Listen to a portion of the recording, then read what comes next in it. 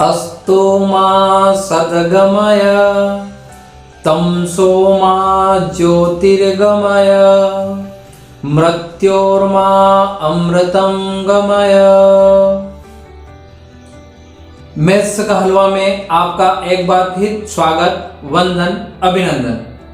साथियों, आज की वीडियो में हम सीखने वाले हैं संस्कृत भाषा के अंतर्गत संस्कृत गणना अथवा संख्या बोध के बारे में हम सीखने वाले हैं। इस वीडियो में हम जो सीखेंगे वो पॉइंट नंबर 1, संस्कृत गणना लिंग भेद, अर्थात संस्कृत भाषा की गिनती में संस्कृत भाषा के तीनों लिंगों स्त्रीलिंग, पुल्लिंग, नपुंसकलिंग में किस तरह गणना लिखी जाती है वो हम सीखने वाले हैं। साथ ही हम 1 से 100 तक संस्कृत गणना की ट्रिक, एक ऐसी मजेदार ट्रिक जिसके द्वारा हम खेल खेल में कि हम अपने जीवन में संस्कृत गणना को भूल ही नहीं सकेंगे।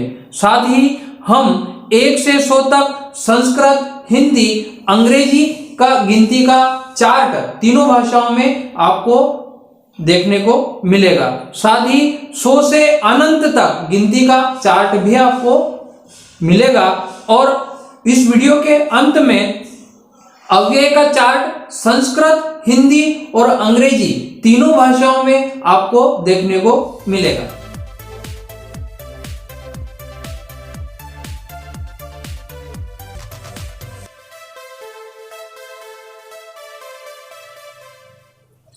अद्य वयं संस्कृत भाषायाः अंतर्गते एकतः शतं पर्यंत गणना जानीमः, अर्थात संस्कृत भाषा में 1 से 100 तक हम गणना जानेंगे। साथियों, संस्कृत गणना के अंतर्गत एक महत्वपूर्ण बात यह है कि संस्कृत गणना 1 से 4 तक तीनों लिंगों में शब्द रूप चलते हैं तथा 5 से तीनों लिंगों में ये जो संस्कृत गणना है ये इसका रूप एक समान होता है। केवल 1 से 4 तक ही तीनों लिंगों स्त्रीलिंग, पुल्लिंग, नपुंसकलिंग में ही इसके शब्द रूप चलते हैं। तो देखिए, पुल्लिंग में एकः बालकः, एक बालक। स्त्रीलिंग में एका बालिका, एक बालिका। नपुंसकलिंग में एकम पुस्तकम। क्रमांक 2 अर्थात संख्या 2 जिसको हम पुल्लिंग में लेते हैं द्वो बालको, 2 बालक, द्वे बालिके, 2 बालिकाएं, द्वे पुस्तके, 2 पुस्तकें। अगला त्रयः बालकाः, 3 बालक, तिस्रः बालिकाः, 3 बालिका, त्रीणि पुस्तकानि, 3 पुस्तकें। यहां हम देखते हैं एक वचनम, द्विवचनम, बहुवचनम। एक वचनम बालकः, द्विवचनम बालको, बहुवचनम बालकाः। जिस प्रकार राम अकारण शब्द चलता है विभक्ति के अनुसार, इसी प्रकार बालकः, बालको, बालकाः तीनों वचनों में अपना चल रहा है। इसी प्रकार स्त्रीलिंग में बालिका, बालिके, बालिकाः। नपुंसकलिंग में पुस्तकम, पुस्तके, पुस्तकानि। अगला चत्वारः बालकाः, 4 बालक। चतस्रः बालिकाः, 4 बालिकाएं। चत्वारि पुस्तकानि, 4 पुस्तकें। अब यहां हम देखते हैं कि महत्वपूर्ण बात यह है कि पुल्लिंग में बालक शब्द में विसर्ग का प्रयोग हो रहा है, विसर्ग लगता है। स्त्रीलिंग में एक वचन में यहां आपको विसर्ग का प्रयोग नहीं हो रहा है, अर्थात बालिका शब्द में एक वचन में विसर्ग नहीं लगता है। ध्यान देने योग्य बात यह है कि यह विसर्ग स्त्रीलिंग में बहुवचन में लगता है। और ध्यान देना योग्य बात यह है कि नपुंसकलिंग में विसर्ग का प्रयोग यहां नहीं हो रहा है। देखिए आप, एकम पुस्तकम, द्वे पुस्तके, पुस्तकानि, चत्वारि पुस्तकानि।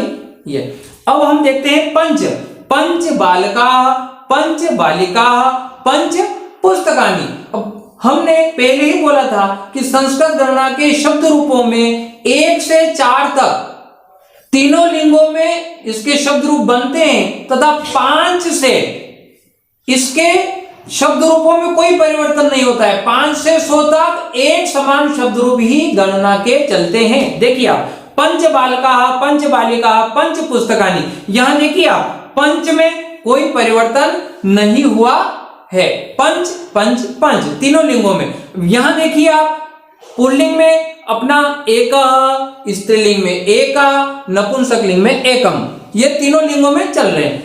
इसी प्रकार दो, द्वे, द्वे, त्रयः, तिस्रः, त्रीणि, चत्वारः, चतस्रः, चत्वारि। तो कहने का आशय यह है कि संस्कृत गणना में 1 से 4 तक जो शब्द रूप हैं उसमें मतभेद होता है, अलग अलग तरीके से चलते हैं, लेकिन 5 से पंचतः शतम पर्यंत संस्कृत गणनाया शब्द रूपम समानम एव चलति। अब हम सीखते हैं 1 से 10 तक की गणना। साथियों, यदि आपको 1 से 100 तक की गिनती बहुत ही आसान तरीके से सीखना है तो आपको केवल 1 से 10 तक की गिनती याद रखना होगी। यदि आपको 1 से 10 तक की गिनती याद है तो आप 100 तक गणना बिना किसी कठिनाई के सीख जाएंगे। तो सीखते हैं 1 से 10 तक की गिनती। एकम, द्वे, त्रीणि, चत्वारि, पंच, षट, सप्त, अष्ट, नव, दश। यहां ये जो दश है ये संस्कृत भाषा में दश तथा हिंदी में हम प्रयोग करते हैं द स। अब हम देखते हैं कि संस्कृत गणना में अभी हमने पिछली जो हमने आपको बताई थी कि 1 से 4 तक तीनों लिंगों में संस्कृत गणना चलती है। यहां हमने 1 से 4 तक एकम, द्वे, त्रीणि, चत्वारि यह इसलिए लिया है कि 1 से 100 तक के गणना के चार्ट में नपुंसक लिंग से ही गिनती चार्ट में चलती है, इसलिए हमने यहां दिया है। लेकिन यदि हम 10 से अधिक की संख्या का निर्माण करें तब एक का प्रयोग, एक विकल्प में 2, द्वि और द्वा दोनों का प्रयोग हम 10 से अधिक 10 से 100 तक की गिनती का हम निर्माण करने वाले हैं, उसमें दोनों का प्रयोग होगा, द्वि और द्वा। इसी प्रकार 3 में भी त्रि तथा त्रय दोनों विकल्पों का प्रयोग होने वाला है। 4 में भी चतु, कहीं कहीं चतुर, ये चतु का प्रयोग हम करेंगे तब ये विसर्ग का लोप होकर और रेप वाला र का निर्माण होगा। इसी प्रकार कहीं कहीं छ, षट, षट का भी षड का विकल्प के रूप में प्रयोग होगा। इसी प्रकार 8 अष्ट, अष्ट का भी कहीं कहीं 100 तक की गणना में अष्टा का प्रयोग तथा अष्ट का प्रयोग भी होने वाला है। अब हम देखते हैं कि किस तरीके से 1 से 10 तक की गणना द्वारा हम आगे की संख्याओं का निर्माण किस तरह करते हैं देखते हैं। यहां देखिए 11 एकादश। अब यहां इस एकादश में आप देखिए एक दश अर्थात 10 और 11, यहां हमने एक एकादश में लिया है तो एकादश बना अर्थात 11। द्वादश में देखिए आप, द्वादश में इस द्वा का प्रयोग हुआ है, द्वादश अर्थात 2 और 10 12। त्रयोदश में देखिए आप, त्रय अर्थात 3, यहां ये विसर्ग का लोप हुआ है और त्रयोदश हुआ है। इसी प्रकार 14 में देखते हैं चतुर्दश अर्थात 14, यहां हमने इस चतुर्दश में चतु शब्द, ये जो चतु दिया है इसमें विसर्ग का लोप होकर और ये त पर जो रेप ये विसर्ग का लोप होकर हुआ है, अर्थात चतुर्दश, चतुर्दश भी बोल सकते हैं और चतुर्दश भी बोल सकते हैं। पंचदश, पंचदश, षोडश अर्थात 16। इस षोडश में इसको हम यदि बोलते हैं तो षटदश भी हो सकता है, षटदश अर्थात 16। लेकिन व्यंजन संधि के नियम के अंतर्गत ये ट जो वर्ण है ये तीसरा वर्ण ट वर्ग का ट ठ ड ढ, तो ये वर्ण ट का ड में व्यंजन संधि के अनुसार इसका लोप होगा और षोडश बना है। अगला सप्तदश, सप्तदश अर्थात 7 और 10 17। अगला हम देखते हैं 18 अष्टदश, अष्टदश अर्थात 8 और 10 18। लेकिन यहां में विकल्प में कहीं कहीं प्रयोग होता है अष्टा, तो इसको हम अष्टदश भी बोल सकते हैं और अष्टादश भी बोल सकते हैं। अभी हम 1 से 18 तक की गणना संस्कृत भाषा में सीख कर आए हैं। अब हम 19 से आगे की संख्या सीखेंगे, लेकिन हमने यहां 19 क्यों लिया है? क्योंकि 19 से आगे की संख्या में जहां जहां इकाई का अंक 9 हो, अर्थात 19 से 100 तक की संख्याओं में जिन जिन संख्याओं में इकाई का अंक 9 आता है, उन संख्याओं को 2 विकल्पों के रूप में लिखा जा सकता है। इसलिए हमने यहां 19 से संख्या सीखना प्रारंभ किया है। आइए अब हम देखते हैं कि किस तरीके से विकल्प के रूप में हम लिखते हैं। देखिए 19 अर्थात 9 10। अब जानते हैं कि यदि इस 9 10 के टुकड़े करते हैं तो 9 धन 10 अर्थात 9 और 10 को जोड़ते हैं तो 19 होते हैं। लेकिन इसको एक तरीके से और सीखते हैं, वो ये है कि एकोन विंशति। अब आप जानते हैं कि विंशति का आशय, इस विंशति का आशय होता है 20। लेकिन एक और तरीका हम करते हैं कि 20 में 1 धन उन बराबर एकोन, उन का आशय होता है कम, और एक कम किसमें? 20 में, अर्थात 20 में से 1 घटाते हैं तो 19 होता है ना। तो 1 कम किसमें? 20 में, तो इसको 19 को 9 10 को विकल्प के रूप में एकोन विंशति भी हम लिख सकते हैं, अर्थात 20 में 1 कम 19। इसी प्रकार आगे देखते हैं 9 विंशति अर्थात 9 और विंशति 20, 9 विंशति अर्थात 29। लेकिन यहां हम देखते हैं कि अब विकल्प में जब हम लिखते हैं तो किसमें कम? यहां हमने जब 19 को लिखा था तो 20 दर्शाया था, विंशति में 1 कम अर्थात 19। लेकिन यहां हम 30 में 1 कम दर्शाएंगे, अर्थात 63 लेना पड़ेगा, 63 अर्थात 30। अब 63 में 1 कम, 1 धनूनम एकोन अर्थात एकोन 63 अर्थात 29। तो इसी प्रकार 19 29 39 49 59 69 89 और 99 इन संख्याओं को भी इसी प्रकार हम लिख सकते हैं। देखिए 29 के बाद 39 अर्थात 40 में 1 कम अर्थात एकोन 44, 49 अर्थात 50 में 1 कम एकोन 50। अगला 59 अर्थात एकोन 60 अर्थात 60 में 1 कम, ऊनम अर्थात कम, एकोन 70 अर्थात 69, एकोन 80, 80 का मतलब होता है 80 और 80 में 1 कम अर्थात 79, एकोन 90 अर्थात 90 में 1 कम, एकोन 90। और अगला देखते हैं 99 को कहते हैं नवनवति अर्थात 9 का मतलब होता है 9 और 90 का मतलब होता है 90 अर्थात 90 और 9 99। लेकिन यहां देखते हैं किसमें कम? 100 में कम, शतम एकोन अर्थात एकोन शतम, 1 कम 100 में अर्थात 99। इसी प्रकार हम यदि 100 से आगे की संख्याओं में भी एक कम द्वारा भी कर सकते हैं। जैसे मान लो 199।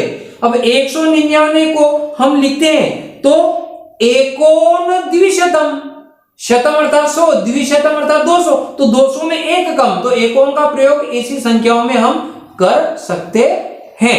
अब हम देखते हैं आगे। हाँ, हमने जो लिखा है 10 से लेकर 100 तक, ये पूर्ण संख्याएं हैं। 1 से 9 तक हम पूर्व में सीख चुके हैं, लेकिन यहां देखते हैं 10, 20, 30, 40, 50, 60, 70, 80, 90, 100। यहां ये इसलिए लिखा है कि इससे आगे हमने एक संख्या और लिखी है 1 से 10 तक, 1, 2, 3, 4, 5, 6, 7, 8, 9, 10। लेकिन हम पहले आपको बता चुके हैं कि यदि आप 1 से 10 तक की संख्या अपने संस्कृत में सीख लिए, एकम द्वे त्रीणि चत्वारि पंच षट सप्त अष्ट नव 10, तो आप 1 से 100 तक की संख्या सीखना आपके लिए बिल्कुल ही आसान हो जाएगी। और वो तरीका, वो ट्रिक आपको आपके सामने हम दिखा रहे हैं। देखिए, अब आप 10 अर्थात अब हम यदि हम एकादश लेते हैं तो क्या किया हमने, 1 को उठाया और 10 के पहले लगा लिया, एकादश अर्थात 11। यदि अपने को 12 लिखना है तो द्वा उठाया उधर से, द्वा 10 अर्थात 12। इसी प्रकार यहां दिया है विंशति 20। अब हमें यदि 22 लिखना है, 23 लिखना है, तो उधर से हमें 22 लिखना है तो द्वा विंशति। तो इस तरीके से 10 से लेकर या 90 तक में 1 से लेकर 10 तक यदि हम इनको मिलाते जाएं तो 100 तक की गणना हमें आसान हो जाएगी। बिल्कुल सरल है। यहां हम देख लेते हैं, यहां देखिए आप षष्ठी अर्थात कितने, 60। अब अपने को यदि 68 लिखना है तो यहां से हम देखते हैं कि 68, अब 68 में इकाई क्रम क्या है, 8, तो 8 को क्या बोलते हैं, अष्ट। अष्ट उठाया यहां से और अष्ट के षष्ठी के पहले जोड़ दिया, अष्ट षष्ठी अर्थात 68। तो यदि हमने 1 से 10 तक और पूर्ण संख्या 10 से लेकर 100 तक याद कर लिए तो हमें संस्कृत की गणना 1 से लेकर एकम तक शतम पर्यंतम, 1 से लेकर 100 तक बिल्कुल ही सरल और आसान हो जाएगी।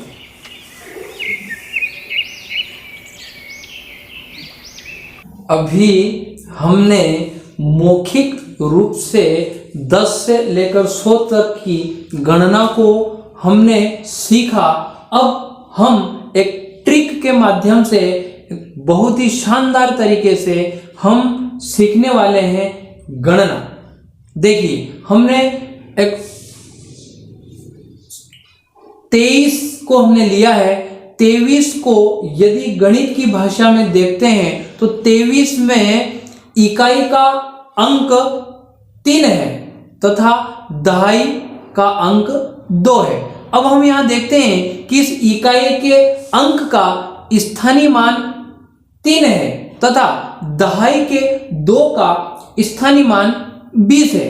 अब हम यहां देखते हैं कि अंग्रेजी भाषा में यदि इस 23 को बोलते हैं तो वो है 23 अर्थात 20 और 3 23। लेकिन यहां याद रखने योग्य बात यह है कि अंग्रेजी भाषा में जो नंबर है, गिनती है, वो जैसा यहां लिखा हुआ है इकाई का अंक 3 और दहाई में 2, तो जैसा यहां लिखा हुआ है वैसा ही यहां बोला जाता है। देखिए, यहां 2 दहाई के स्थान पर है और दहाई का मान 20 है अर्थात 20 है, तो यहां जैसा यहां लिखा है वैसा ही हम बोल रहे हैं 20। इकाई का अंक 3 है अर्थात 3 अर्थात 23 अर्थात 23। अब ये तो हमने सीखा अंग्रेजी भाषा में 23 को। अब हम 23 को संस्कृत भाषा में कैसे बोलते हैं वो देखते हैं। देखिए, यहां 23 अर्थात जो अंग्रेजी भाषा में हमने 23 सीखा, इकाई के अंक में यहां जो 3 है वो संस्कृत भाषा में दहाई के स्थान पर बोला जाता है तथा जो दहाई के स्थान पर है वो यहां संस्कृत भाषा में इकाई के स्थान पर बोला जाता है। यथा जैसे यहां देखिए, यहां 23 का त्रय, ये दहाई के स्थान पर प्रयोग हुआ है त्रय, और इकाई के स्थान पर यहाँ जो दहाई था वो यहाँ इकाई के स्थान पर प्रयोग हुआ है विंशति, और इन दोनों को जोड़ा जाए तो त्रयः विंशति अर्थात 3 और 20 अर्थात 23। यहाँ त्रय का विसर्ग का लोप होकर और यहाँ त्रयो बना है अर्थात त्रयो विंशति अर्थात 23।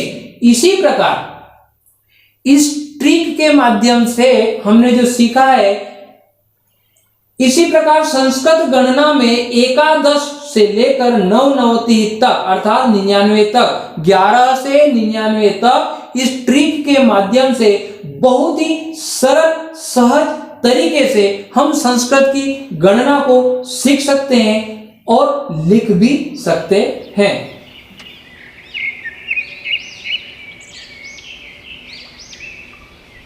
तो अब हम 32 को संस्कृत भाषा में कैसे बोला और लिखा जाता है देखते हैं।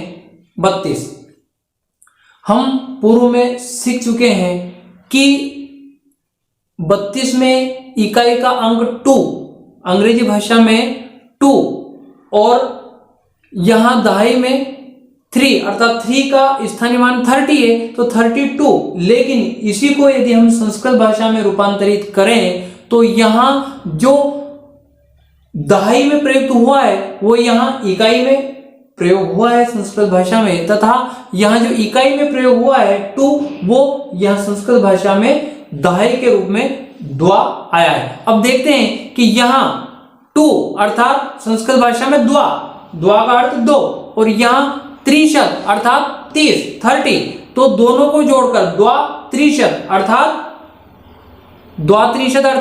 32। इसी प्रकार 92 अर्थात 92 को देखा जाए तो यहाँ 92 अर्थात 92, लेकिन इसी 92 को हम संस्कृत भाषा में गणना के रूप में यदि हम बोले या लिखना जाने तो यहाँ देखिए 2 यहाँ दहाई के स्थान पर द्वि अर्थात 2, और यहाँ 90 अर्थात 90, और 90 और द्वि दोनों को जोड़ा जाए तो अपना जो शब्द बना है गणना का वो द्विनवति बना है। अब यहाँ ध्यान देने योग्य बात यह है कि हमने जो पहले सीखा वहां आप देखिए 2 को हमने विकल्प के रूप में द्वा और द्वि लिया था, क्योंकि द्वा और द्वि 1 से 100 तक की गणना में विकल्प के रूप में दोनों का प्रयोग होता है। तो यहां देखिए आप 32 में द्वा त्रिशत अर्थात वहां जो हमने द्वा लिया है द्वा त्रिशत अर्थात 32। इसी प्रकार वहां विकल्प में द्वि शब्द आया है, द्वि भी हम संस्कृत गणना में प्रयोग करते हैं। तो वो द्वि यहाँ 92 में 92 में देखिए आप 90 के पहले क्या जुड़ा है द्वि अर्थात द्विनवति अर्थात 92। तो इसी प्रकार द्वा और द्वि के अलावा अन्य विकल्प में जो त्रय चतुर षट षड अष्ट अष्टा जो हमने विकल्प के रूप में पहले हम बोल चुके हैं कह चुके हैं कि विकल्प के रूप में 1 से 100 तक की गणना में हम प्रयोग करते हैं। तो यहाँ हमने ये विकल्प की बात आपको बताई है, लेकिन एक और बात ध्यान देने योग्य यह है कि हम जब गणना 1 से 100 तक लिखते हैं तो 1 से 4 तक नपुंसकलिंग में हमने पहले बोर्ड पर लिखा था एकम द्वे त्रीणि चत्वारि, लेकिन यहाँ हमने एक द्वा द्वि त्रि त्रय चतु, ये आपको यहाँ शब्द के निर्माण के लिए अंकों के संस्कृत भाषा में लिखने के लिए हमने यहाँ ये प्रयोग किए हैं। लेकिन जब हम चार्ट के माध्यम से सीखेंगे या आप देखेंगे तो वहां 1 से 100 तक की गणना में एकम द्वे त्रीणि चत्वारि का प्रयोग किया जाता है। अभी हमने 1 से 100 तक की गणना में सीखा और आपने भी बहुत ही ध्यानपूर्वक सीखा होगा, लेकिन यदि 1 से 100 तक की गणना में आपने गौर किया हो या आपने गौर नहीं भी किया हो, फिर भी देखिए कि 81 से 89 तक की गणना में जो 81 से 89 तक की गणना में जो रूप संख्या के चलते हैं वो एक अलग ही तरीके से, जो हमने ट्रिक के माध्यम से आपको बताया था कि 1 से 10 तक की संख्याओं को 10 से 90 या 100 तक में जोड़ने पर किस तरीके से 1 से 100 तक की संख्याओं का समायोजन होता है, लेकिन यहाँ 81 से 89 तक एक अलग ही प्रकार चलता है। संधि युक्त शब्द, जो संधि विच्छेद करके और संधि युक्त शब्द बनता है, वो अब हम देखते हैं कि किस प्रकार 81 से 90 या 89 तक संख्यावाची शब्द चलते हैं। देखिए 81, एक धन अशीति, अशीति का आशय 80 और यहाँ एक अर्थात एक, और एक यदि 80 में मिलाते हैं तो 81 बनता है, एकाशीति। अब यहाँ ध्यान देने योग्य बात यह है कि यदि हम अपनी ट्रिक के माध्यम से देखते हैं तो यहाँ एक, वहां यदि हम देखते हैं तो वहां एक के लिए एक आया है और 80 के लिए यहाँ अशीति आया है। अब यदि हम देखते हैं तो वहां से एक उठाते हैं तो एक अशीति आता है, लेकिन ऐसा नहीं हुआ है। यहाँ देखिए आप, एक यह आया है, यदि संधि विच्छेद करते हैं तो अधन अशीति, अर्थात अधन अ क्या बना, दीर्घ आ, अर्थात दीर्घ स्वर संधि का प्रयोग यहां हुआ तो अधन अ से आ, तो एकाशीति। इसी प्रकार अन्य शब्द भी हम संख्यावाची शब्द देखते हैं। देखिए 82, द्विधन अशीति, अर्थात यहां पर ई धन अ से य बना है, यन स्वर संधि का प्रयोग यहां हुआ है, तो क्या हुआ, द्विधन अशीति से द्वयशीति। अगला देखते हैं 83, 83 में देखिए आप, त्रिधन अशीति, अर्थात यहां पर त्रयशीति ही बना है, लेकिन यहां देखिए ये संधि में यहां पर इस ई में मिला है, इसलिए यहां त्रिधन अशीति से त्रयशीति, त्र आधा है, त्रयशीति बना है, अर्थात 83। अगला 84, 84 में चतुर्धन अशीति, यहां विसर्ग संधि के कारण ये विसर्ग र के रूप में यहां रेप का प्रयोग यहां हुआ है, त के ऊपर, चतुर्शीति ही, अर्थात 84। अगला देखते हैं 85, 85 अर्थात पंचधन अशीति, यहां भी दीर्घ स्वर संधि का प्रयोग हुआ है, पंच अधन, फिर अ आया है, अशीति का अ आया है, तो अधन से बड़ा दीर्घ बना है, दीर्घा, तो पंचा, अर्थात दीर्घ स्वर पंचाशीति। अगला देखते हैं 86, षड धन अशीति, यह व्यंजन संधि के नियम के अनुसार ये अ इस ड में मिला है, इसलिए यहाँ षडशीति ही बना है, नहीं तो यहाँ षडाशीति बनना चाहिए, लेकिन यहाँ केवल षड, क्योंकि यहाँ आधा वर्ण है ड, इसलिए ये अ इस ड में मिला है, इसलिए यहाँ षडशीति बना है। अगला देखते हैं 87, सप्तधन अशीति, यहां भी दीर्घ स्वर का प्रयोग हुआ है, अधन अ से आ बना, सप्ताशीति, अर्थात 87। अब देखते हैं अगला संख्यावाची शब्द 88, 88 में हम देखते हैं संधि विच्छेद करें, टुकड़े करें तो दो टुकड़े हम करते हैं, अष्टधन अशीति, अर्थात अष्टाशीति, यहां भी दीर्घ स्वर संधि का प्रयोग हुआ है। इसी प्रकार अगला 89, यहाँ नवधन अशीति, अर्थात नवाशीति, यहां भी दीर्घ स्वर संधि है। लेकिन एक बात ध्यान देने योग्य ये कि हम पूर्व में कह चुके हैं 19, 29, 39, 49, 59, 79, 89 के लिए हमने एक प्रयोग और पूर्व में हम कर चुके हैं कि एक कम लिखते हैं उसको, यदि नवाशीति को हम एक कम लिखते हैं, किसमें एक कम, 90 में, तो यदि एक कम करते हैं, एक धन ऊनम, तो यहां क्या आएगा, 89 के लिए एकोननवति, अर्थात 89। अब हम एक बात और यहां ध्यान देने योग्य यह है कि यदि हम 1 से 100 तक की गिनती हमने देखी, बहुत ध्यानपूर्वक आप लोगों ने सुनी, तो आपने देखा होगा कि हमने 1 से 100 तक गणना बोलना और गणना लिखना सीख लिया, लेकिन आपके मन में भी कभी कभी यदा कदा प्रश्न आता है कि 100 से ऊपर अर्थात 101 को हम कैसे लिखें, तो सीधा सीधा कुछ नहीं करना है, बिल्कुल आसान है।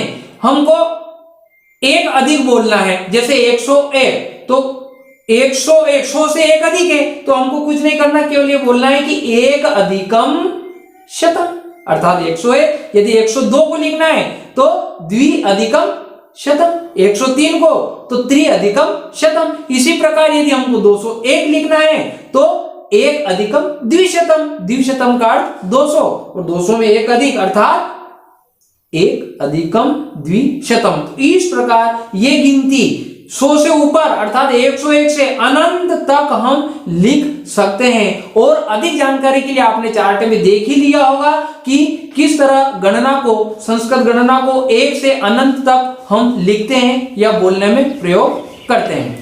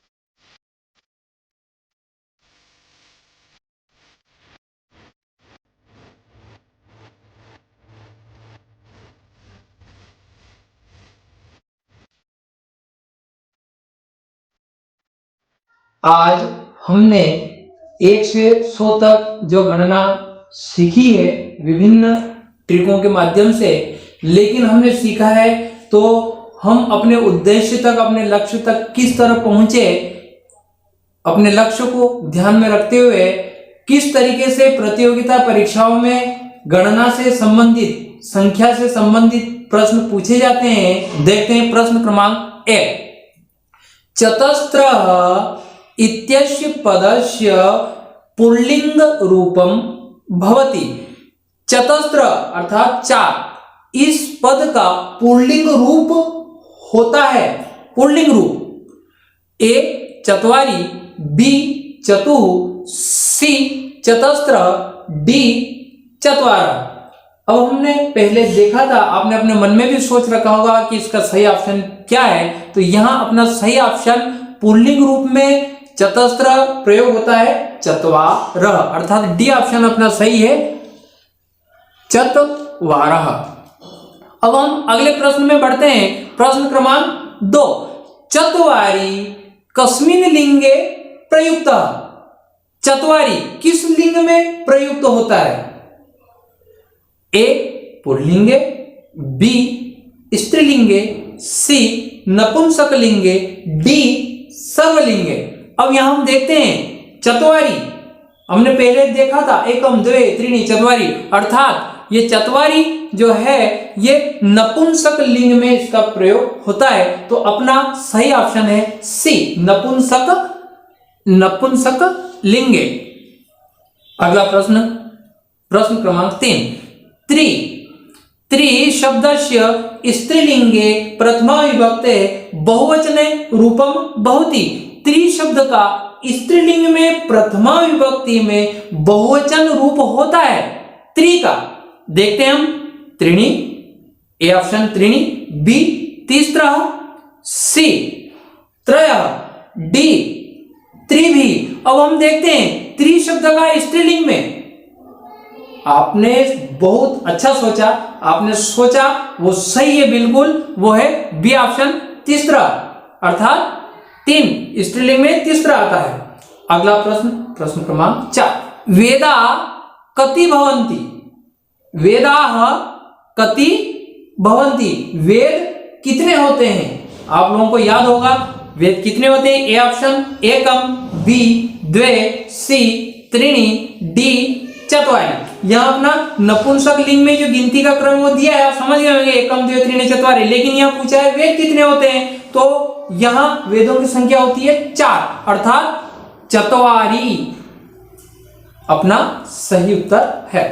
अगला प्रश्न क्रमांक 5, अष्टाध्यायी इति पाणिनि ग्रंथे कति अध्यायाः सन्ति, अष्टाध्यायी इस पाणिनि के ग्रंथ में कति अध्याय सन्ति, कितने अध्याय हैं? अब आप समझ गए होंगे कि इस ग्रंथ के नाम से ही उत्तर इस ग्रंथ के अंदर छलक रहा है। वो आप देखिए, ए षड, बी अष्ट, सी 10, डी अष्टादश।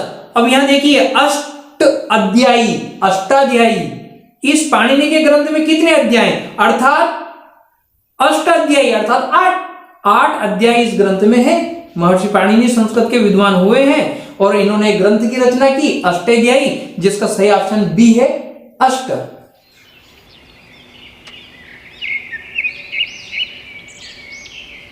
पांच प्रश्न के बाद हम देखते हैं प्रश्न क्रमांक 6, एकोनषष्टिः इत्यस्य संख्यारूपम अस्ति, एकोनषष्टि इसका संख्या रूप है, ए 59, बी 69, सी 79, डी 89।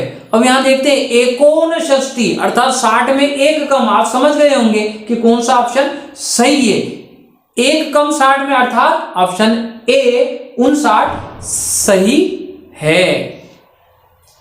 प्रश्न क्रमांक 7, 25 इत्यस्य कृते सुष्ठु संख्या पदम अस्ति, 25 इस पद में या इस संख्या में सुष्ठु संख्या पदम सही संख्या पद अस्ति है, सही संख्या पद है।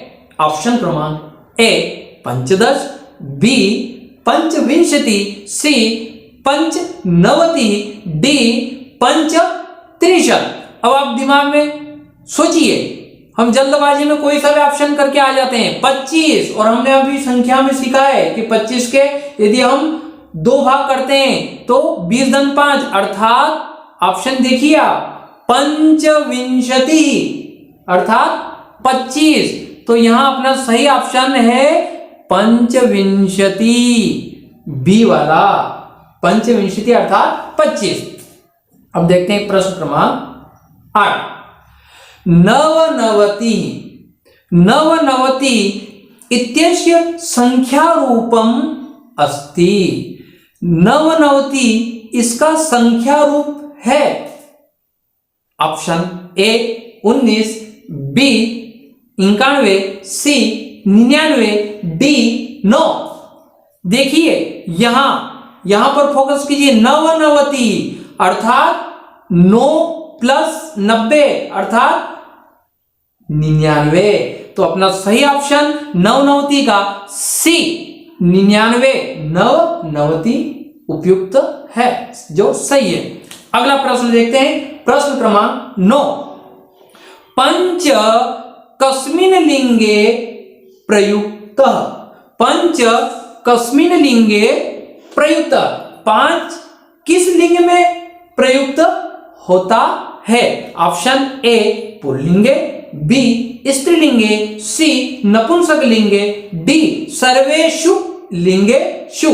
अब आप समझ गए होंगे, हमने इस वीडियो के प्रारंभ में आपको बताया था कि एकतः चत्वारि पर्यंतम, 1 से 4 तक की जो गणना है संस्कृत भाषा में, वो तीनों लिंगों में अलग अलग उसका प्रयोग होता है, तीनों लिंगों में चलती है गणना, हम लिखते हैं, लेकिन 5 से लेकर 100 तक जो गणना है उसका संख्यावाची रूप है वो एक समान चलता है, सभी लिंगों में एक समान चलता है। तो हमारा प्रश्न क्या कह रहा है कि 5 किस लिंग में प्रयुक्त होता है? सर्वेषु लिंगेषु, सभी लिंगों में समान होता है। तो अपना ऑप्शन डी सर्वेषु लिंगेषु, ये ऑप्शन अपना सही है।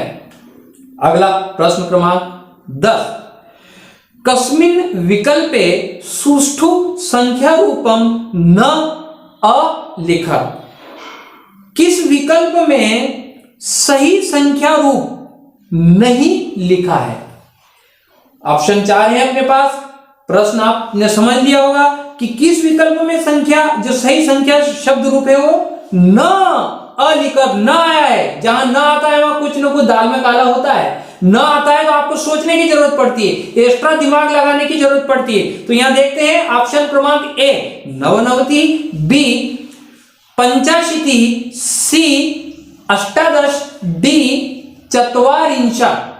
अब हम देखते हैं यहां कि सही संख्या रूप न, अर्थात सही संख्या रूप नहीं है। तो यहां देखते हैं 99, यस बिल्कुल सही लिखा हुआ है। बी 85, 85 ये भी सही लिखा हुआ है। 28 अर्थात 18 ये भी सही लिखा है। यहां देखिए आप 44, 44 कोष्टक में 40 जरूर लिखा हुआ है, लेकिन 44 यहां जो र में दीर्घ ई की मात्रा लगी है, बल्कि अपना सही क्या होना चाहिए? र में रहस्व ई की मात्रा लगी होना चाहिए, है ना। तो यहां क्या होगा? इस र में छोटी ई की मात्रा होना चाहिए। तो सही ऑप्शन क्या आता है अपना? 44। लेकिन यह क्या न पूछा है कि कौन सा सही संख्या रूप नहीं है, तो अपना डी ऑप्शन जो है 44, ये अपना सही ऑप्शन है, डी।